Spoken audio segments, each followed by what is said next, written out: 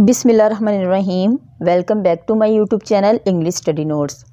History of English literature की series को continue रखते हुए आज हम प्यूरिटन एज को कवर करेंगे। इससे पहले कैरोलिन एज तक मैंने तमाम वीडियोस क्रोनोलॉजिकली अपलोड कर दी हैं। आप ऊपर आई बटन पे क्लिक करके प्लेलिस्ट चेक कर सकते हैं, आपको तमाम वीडियोस वहाँ पे मिल जाएंगी। प्यूरिटन एज को शुरू करने से पहले हमें ये जो टर्म है प्यूरिटन, इसको समझना बहुत ज़रूरी है। हम इंग्लिश लिटरेचर में जगह जगह ये वर्ड सुनते हैं प्यूरिटन प्यूरिटन प्यूरिटन, लेकिन हमें ये नहीं पता होता कि ये प्यूरिटन है क्या, कौन थे ये प्यूरिटन्स, कहाँ से आए थे और थे कौन। मुझे स्टूडेंट्स की बहुत डिमांड आई थी कमेंट सेक्शन में कि मैं इस प्यूरिटन एज पे एक लेक्चर बनाऊं, और आई होप कि आप इस वीडियो को देखने के बाद प्यूरिटन एज के बारे में जितनी भी कन्फ्यूजन है सारी वो दूर हो जाएंगी। तो मेरी ये आपसे दरख्वास्त है कि प्लीज़ आपने इस वीडियो को कहीं से भी स्किप नहीं करना। अब ये प्यूरिटन्स थे कौन? जैसे मैं पहले भी अपनी वीडियोस में आपको ये बता चुकी हूँ कि क्रिश्चियनिटी में 2 सेक्ट्स होते हैं, एक कैथोलिक और एक प्रोटेस्टेंट्स। तो ये जो प्यूरिटन्स हैं ये प्रोटेस्टेंट्स की ही एक किस्म है। इन्हें एक्सट्रीमिस्ट प्रोटेस्टेंट्स भी कहा जाता है क्योंकि ये अपने रिलीजियस को लेकर, अपने मज़हब को, अपने धर्म को लेकर बहुत कंजर्वेटिव होते हैं, बहुत कट्टर होते हैं। ये कलीसाई रसूमात को बिल्कुल ख़त्म कर देना चाहते थे and always wearing black dresses, और हमेशा ये काले कपड़े पहन के रखते थे और इतना हंसते नहीं थे, और हमेशा बाइबल के उस पार्ट को पढ़ते थे जो कि बहुत सैड होता था। आई होप कि यहाँ तक तो बात आपको समझ में आ गई होगी कि प्यूरिटन्स कौन थे। नेक्स्ट 1603 में जब क्वीन एलिजाबेथ की डेथ होती है, उसके बाद ही प्यूरिटन एज स्टार्ट हो जाती है जो कि 1660 तक रहती है, जब तक कि रेस्टोरेशन एज स्टार्ट नहीं होती। लेकिन इस पीरियड में छोटी छोटी 3 एजेस आ जाती हैं जो कि जैकोबिन एज, कैरोलिन एज और प्यूरिटन एज है। जैकोबियन एज स्टार्ट होती है 1603 से और 1625 तक रहती है जब किंग जेम्स फर्स्ट की डेथ होती है, और इस time king James first England के किंग होते हैं। क्वीन एलिजाबेथ चाइल्डलेस होती हैं, she was a virgin queen, उन्होंने कभी शादी नहीं की होती, इसीलिए उनके कज़न जेम्स फर्स्ट को स्कॉटलैंड से बुलाया जाता है और उसे क्राउन किंग बनाया जाता है इंग्लैंड का। 1625 में जब किंग जेम्स फर्स्ट की डेथ होती है तो मोनार्की आ जाती है उनके बेटे चार्ल्स फर्स्ट के हाथ में। 1625 में चार्ल्स फर्स्ट को किंग बनाया जाता है जो कि 1649 तक रहते हैं। 1649 में चार्ल्स फर्स्ट को बीहेड कर दिया जाता है, यानी कि कॉमन पीपल, इंग्लैंड की कॉमन पीपल के सामने, और ये इंग्लैंड की हिस्ट्री में फर्स्ट टाइम होता है कि किसी किंग को बीहेड कर दिया, उसका सर उसके तन से जुदा कर दिया गया हो। अब 1649 से जब चार्ल्स फर्स्ट को बीहेड कर दिया जाता है तो यहाँ से स्टार्ट होती है प्यूरिटन एज जो कि 1649 से 1660 तक रहती है। इस पीरियड में कोई किंग नहीं होता। ये जो 11 साल होते हैं इसको प्यूरिटन एज कहते हैं। इसमें किंग तो कोई होता नहीं, तो जो हुकूमत है, जो कि गवर्नमेंट है, वो सारी आ जाती है पार्लियामेंटेरियंस के हाथ में।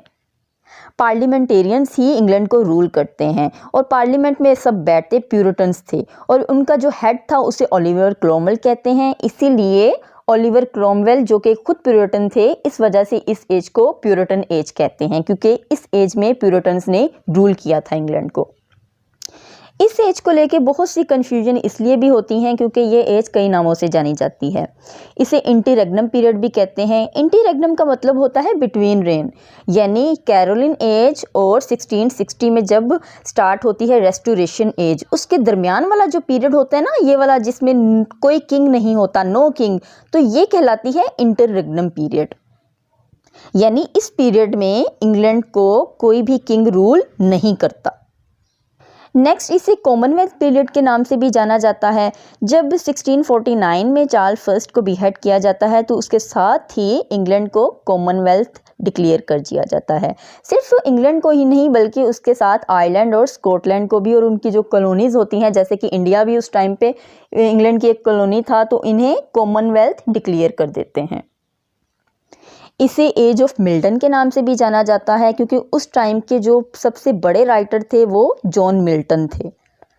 और इसी एज में इंग्लिश सिविल वार भी होती है जो कि 1642 से 1651 तक चलती है। ये एक सीरीज़ वार होती है जो वक्फे वक्फे से चलती रहती है। और ये civil war King Charles first और पार्लियामेंटेरियंस के दरमियान होती है। अब आप यहाँ सोचेंगे कि 1649 में तो चार्ल्स फर्स्ट को बीहेड कर दिया गया था, तो फिर ये सिविल वार कैसे जारी रही। तो मैं आपको बताती हूँ कि ओलिवर क्रॉमवेल जो कि पार्लियामेंटेरियंस के उस वक्त हेड थे, उन्होंने किंग चार्ल्स फर्स्ट के बाद उनके बेटे चार्ल्स सेकंड जो कि उस टाइम स्कॉटलैंड को रूल कर रहे थे, वहाँ जाते हैं अपनी आर्मी को लेके और उन्हें डिफीट करते हैं 1651 में, और इसी तरह 1651 में इंग्लिश सिविल वार ख़त्म होती है। इसके अलावा इस एज को प्रोटेक्टोरेट पीरियड भी कहते हैं, जो कि 1653 से 1659 तक होती है। 1653 में जो ओलिवर क्रॉमवेल हैं वो इंग्लैंड को स्ट्रिक्टली रूल करते हैं और उन्हें इंग्लैंड का लॉर्ड प्रोटेक्टर बना दिया जाता है। और 1658 तक ये 5 साल जो हैं 1653 से 1658 तक ओलिवर क्रॉमवेल खुद लॉर्ड प्रोटेक्टर रहते हैं। और उसके बाद 1 साल यहाँ पे 1659 इसलिए मेंशन किया है क्योंकि ओलिवर क्रॉमवेल की डेथ के बाद उनका जो बेटा होता है रिचर्ड क्रॉमवेल, 1 साल वो भी रूल करते हैं इंग्लैंड को और उन्हें सेकंड लॉर्ड प्रोटेक्टर कहा जाता है। प्यूरिटन एज को डिटेल में पढ़ने से पहले हमें ये मालूम होना चाहिए कि प्यूरिटन एज क्यों स्टार्ट हुई थी, यानी मोनार्की को क्यों ख़त्म किया गया, किंग चार्ल्स फर्स्ट को क्यों बीहेड किया गया। In Caroline age Charles first was the king of England, यानी कैरोलिन एज में किंग चार्ल्स फर्स्ट वो इंग्लैंड के किंग रहे हैं, जो कि 1625 टू 1649 तक। He was the king of 3 kingdoms, Scotland, England and Ireland, यानी ये 3 किंगडम्स के किंग भी कहलाते थे, जिनमें स्कॉटलैंड, आयरलैंड एंड इंग्लैंड शामिल था। He was strongly believed in absolute monarch, यानी डिवाइन राइट्स ऑफ किंग। अपने फादर की तरह ये भी स्ट्रॉन्गली बिलीव करते थे डिवाइन राइट्स ऑफ किंग पे, यानी ये कहते थे कि जो गॉड है उन्हें ये अथॉरिटी मिली है गॉड की तरफ से कि वो जो चाहे कर सकते हैं, यानी वो किसी को भी आंसरेबल नहीं है सिवाय गॉड के। He was beheaded in front of common people of England in 1649. 1649 में इंग्लैंड की कॉमन पीपल के सामने इन्हें behead कर दिया जाता है, यानी इनका सर तन से जुदा कर दिया जाता है। And what were the reasons behind beheading him? यानी ऐसी क्या रीजंस थी जो कि उन्हें behead करना पड़ा। तो फर्स्ट रीजन है religion and marriage. King Charles first ने एक रोमन कैथोलिक लड़की हेनरिटा मारिया से शादी कर ली थी। इस वजह से पार्लियामेंट बहुत ऑफेंडेड होगी कि ये इन्होंने रोमन कैथोलिक लड़की से क्यों शादी की है, और उसके साथ ही जो पब्लिक थी इंग्लैंड की वो भी इस चीज़ को लेके बहुत नापसंद करती थी, क्योंकि वो नहीं चाहती थी कि जैसे मारी फर्स्ट के टाइम पे जो मतलब हुआ था, क्योंकि उन्होंने प्रोटेस्टेंट को सरेआम कत्ल करना शुरू कर दिया था क्योंकि वो रोमन कैथोलिक थी, तो वो नहीं चाहती थी कि उनको दोबारा कोई ऐसा मोनार्क मिले जो कि रोमन कैथोलिक हो, क्योंकि अगर वो खुद रोमन कैथोलिक हैं तो जाहिर बात है उसके बच्चे भी उसी रिलीजन को ही फॉलो करेंगे। तो फर्स्ट रीज़न थी जो वो रिलीजन और मैरिज थी। नेक्स्ट था हैवी टैक्स और ship money. King Charles first ने हैवी टैक्स इम्पोज कर दिया था जिसे शिप मनी का नाम दिया गया था। इस वजह से भी इंग्लैंड की जो पब्लिक है वो किंग चार्ल्स फर्स्ट से नाखुश थी। नेक्स्ट है टायरनी यानी डिक्टेटरशिप। किंग चार्ल्स फर्स्ट ने इंग्लैंड को ऐसे रूल किया था जैसे वो एक डिक्टेटर हों, यानी वो ना ही पार्लियामेंट की मानते थे और ना ही पब्लिक की सुनते थे, इंग्लैंड को एज अ डिक्टेटर रूल करते थे। नेक्स्ट है वार विद स्पेन। अपने पर्सनल इश्यूज़ की वजह से वो बार बार स्पेन से वार करने की सोचते थे, बार बार स्पेन से जंग करने की सोचते थे, जो कि पार्लियामेंट्स को मंजूर नहीं था और उस वार के लिए पैसों की भी ज़रूरत होती थी। इसीलिए तो किंग चार्ल्स फर्स्ट ने पब्लिक पे हैवी टैक्स इम्पोज कर दिए थे। तो एक रीज़न ये भी थी। Next conflict with parliament. Parliament के साथ इनके हमेशा इश्यूज़ रहते थे। जो पार्लियामेंट कहती थी वो किंग चार्ल्स फर्स्ट नहीं मानते थे और जो किंग चार्ल्स फर्स्ट कहते थे वो पार्लियामेंट नहीं मानती थी, यानी पार्लियामेंट के साथ किंग चार्ल्स फर्स्ट की बिल्कुल भी नहीं बनती थी। तो एक रीज़न ये भी है। इन इश्यूज़ को चलते हुए इंग्लिश सिविल वार स्टार्ट हो जाती है, जो कि किंग चार्ल्स फर्स्ट के और पार्लियामेंटेरियंस के दरमियान होती है। ये वार 16 सीरीज़ की सूरत में होती है, जो कि 1642 से 1651 तक रहती है। सीरीज़ ऑफ वार, ये वार की सीरीज़ होती है। Also called war of three kingdoms, इससे वार ऑफ थ्री किंगडम्स भी कहते हैं, between parliamentarians and Charles first, जो कि पार्लियामेंटेरियंस और चार्ल्स फर्स्ट के दरमियान होती है। And later after his death his son name Charles second, और चार्ल्स फर्स्ट की डेथ के बाद उनके बेटे चार्ल्स सेकंड के साथ होती है। यानी जैसे मैंने आपको पहले बताया 1649 में चार्ल्स फर्स्ट को तो बीहेड कर दिया जाता है, तो फिर जो ओलिवर क्रॉमवेल हैं वो अपनी आर्मी को लेके स्कॉटलैंड जाते हैं चार्ल्स फर्स्ट के बेटे चार्ल्स सेकंड से वार करने के लिए, और 1651 में उनको वहाँ डिफीट करते हैं। In the beginning, Charles First was winning because Parliament did not have a strong leader. शुरू में तो जो चार्ल्स फर्स्ट है उनकी जो आर्मी है वो विनर होती है, क्योंकि पार्लियामेंट को लीड करने के लिए कोई स्ट्रॉन्ग लीडर नहीं होता। आफ्टरवर्ड्स उसके बाद an educated parliamentarian Oliver Cromwell established a well trained army, जिसे न्यू मॉडल आर्मी भी कहते हैं। उसके बाद एक एजुकेटेड पार्लियामेंटेरियन होते हैं जो कि खुद एक प्यूरिटन होते हैं, ओलिवर क्रॉमवेल, वो एक वेल ट्रेंड आर्मी इस्टेब्लिश करते हैं जिसे न्यू मॉडल आर्मी का नाम दिया जाता है। जब न्यू मॉडल आर्मी बन जाती है then Charles first was defeated by Oliver Cromwell in 1645। 1645 में ओलिवर क्रॉमवेल चार्ल्स फर्स्ट को डिफीट करते हैं and in 1647 he was arrested, और 1647 में चार्ल्स फर्स्ट को अरेस्ट कर लिया जाता है। He was not ready to negotiate with Parliament. अब वो पार्लियामेंट के साथ कोई भी नेगोशिएट करने के लिए तैयार नहीं होते, because he was believed in divine rights of king, क्योंकि वो फर्मली बिलीव करते हैं डिवाइन राइट्स ऑफ किंग के। यानी वो ये मानते हैं कि गॉड को ही मैं आंसरेबल हूँ, गॉड के अलावा मैं किसी को भी आंसरेबल नहीं हूँ अपने एक्शंस के लिए। Now there were two houses in parliament at that time. उस टाइम पार्लियामेंट में 2 हाउसेस होते थे, number 1 House of Commons, number 2 House of Lords. यानी उस टाइम पे ये दोनों हाउसेस ही पार्लियामेंट में बैठते थे। बट लेकिन in 1648 Rump Parliament was called, लेकिन 1648 में रम पार्लियामेंट बुलाई जाती है। This Rump Parliament act without House of Lords, ये जो रम पार्लियामेंट होती है ये हाउस ऑफ लॉर्ड्स के बिना काम करती है, because they were royalist and the supporter of king Charles first, क्योंकि इनमें जो हाउस ऑफ लॉर्ड्स के पीपल होते हैं वो किंग चार्ल्स फर्स्ट के सपोर्टर होते हैं और उन्हें रॉयलिस्ट भी कहा जाता है। इसीलिए हाउस ऑफ लॉर्ड्स को पार्लियामेंट से निकाल दिया जाता है और हाउस ऑफ कॉमन्स को मिला के एक ही पार्लियामेंट बनाई जाती है जिसका नाम रम पार्लियामेंट रखा जाता है। On the other hand, the people of House of Commons were anti-king, यानी House of Commons के जो लोग थे वो anti-king थे, वो किंग चार्ल्स फर्स्ट को पसंद नहीं करते थे।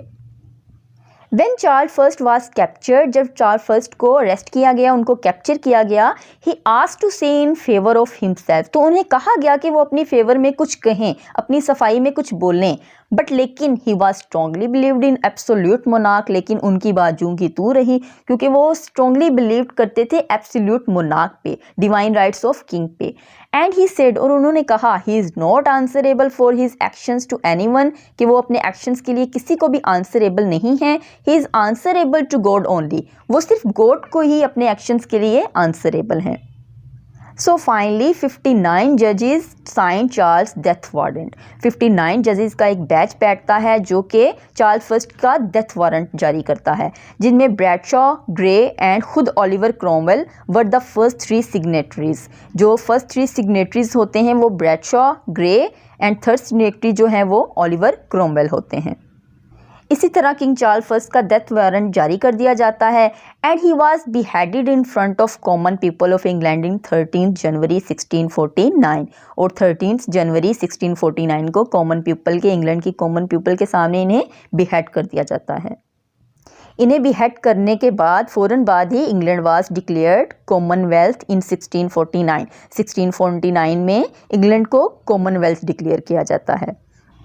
अब सारी अथॉरिटी आ जाती है ओलिवर क्रॉमवेल के हाथ। नाउ 1649 टू 1653, 1649 से लेकर जब उनको बिहेड किया जाता है किंग को, तब से लेकर 1653 तक Oliver Cromwell became head of the House of Common. House of Common का हेड बन जाते हैं कौन? ओलिवर क्रॉमवेल, और leading member of the parliament, और पार्लियामेंट के लीडिंग मेंबर भी बन जाते हैं। Cromwell defeated Charles second at the battle of Worcester in 1651। जैसा मैंने बताया 1649 में जब किंग चार्ल्स फर्स्ट को बीहेड कर दिया जाता है, तो जो ये होते हैं ना ओलिवर क्रोमवेल, ये अपनी आर्मी को लेकर स्कॉटलैंड चले जाते हैं किंग चार्ल्स फर्स्ट के बेटे चार्ल्स सेकंड को बैटल में हराने के लिए। तो वो जो सीरीज़ होती है, उसे सीरीज़ का जो पार्ट होता है उसे बैटल ऑफ वोरकेस्टर कहते हैं। और 1651 पे वो वहाँ पे अटैक करते हैं और किंग चार्ल्स सेकंड को, जो कि स्कॉटलैंड में रूल कर रहे होते हैं, उसे वहाँ पे डिफीट करते हैं। And Charles second fled to Europe, और फिर वो बाद में यूरोप चले जाते हैं।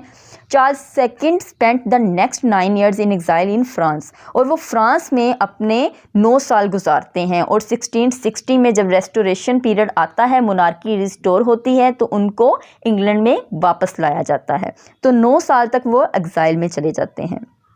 और इसी तरह 1651 में चार्ल्स सेकंड को हराने के बाद, उन्हें डिफीट करने के बाद इंग्लिश सिविल वार की अख्ताम हो जाता है, उसका एंड हो जाता है। अब यहाँ हम बात करते हैं कॉमनवेल्थ कंट्रीज़ की। नंबर 1 पे है इंग्लैंड।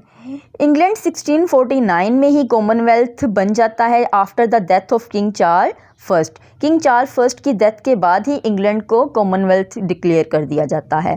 और नंबर 2 पे है स्कॉटलैंड। स्कॉटलैंड को जब Oliver Cromwell king Charles second को डिफीट करता है 1651 में, तो उस टाइम स्कॉटलैंड को after the exile of Charles second Commonwealth declare कर दिया जाता है, स्कॉटलैंड को भी। देन नंबर 3 में आयरलैंड। आयरलैंड को भी इंग्लैंड के साथ ही 1649 में ही कॉमनवेल्थ डिक्लेयर कर दिया जाता है, because Ireland was a Catholic country, क्योंकि जो आयरलैंड है वो एक कैथोलिक कंट्री होता है। इसी तरह ये तीनों कंट्रीज़ कॉमनवेल्थ डिक्लेयर हो जाती हैं। नेक्स्ट बात करते हैं tension between rump and army. अब रम्प पार्लियामेंट जो कि ओलिवर क्रोमवेल ने बनाई थी, उनकी और आर्मी, हालांकि आर्मी के जो हेड हैं वो खुद ओलिवर क्रोमवेल होते हैं, तो ये जो पार्लियामेंट होती है उनकी और आर्मी के दरमियान टेंशन बढ़ जाती है। Many rumpers made profits out of the administration and government. बहुत से रम्प पार्लियामेंट के जो मेंबर्स होते हैं वो अपना अपना प्रॉफिट निकालते हैं एडमिनिस्ट्रेशन में और गवर्नमेंट में से, यानी वो अपना सेल्फ इंटरेस्ट देखते हैं। They have no any positive policy except that of self interest, यानी कि वो कोई भी पॉजिटिव पॉलिसी नहीं देखते सिवाय अपने सेल्फ इंटरेस्ट के। हर बंदा अपने मुफाद को देखता है। पार्लियामेंट में कोई सीरियस इश्यूज़ पे बात नहीं करता, हर बंदा सिर्फ यही चाहता है कि वो कोई ना कोई सीट पे एडजस्ट हो जाए, यानी सेल्फ इंटरेस्ट देखते हैं। Many MPs were unrealistic and they put self interest before that of the nation, यानी नेशन के सामने, कौम के सामने उनको सिर्फ अपना ही मतलब नज़र आता था, अपना ही मुफाद, अपना ही फ़ायदा नज़र आता था बहुत से MPs को। Then finally Cromwell dismiss Rump parliament.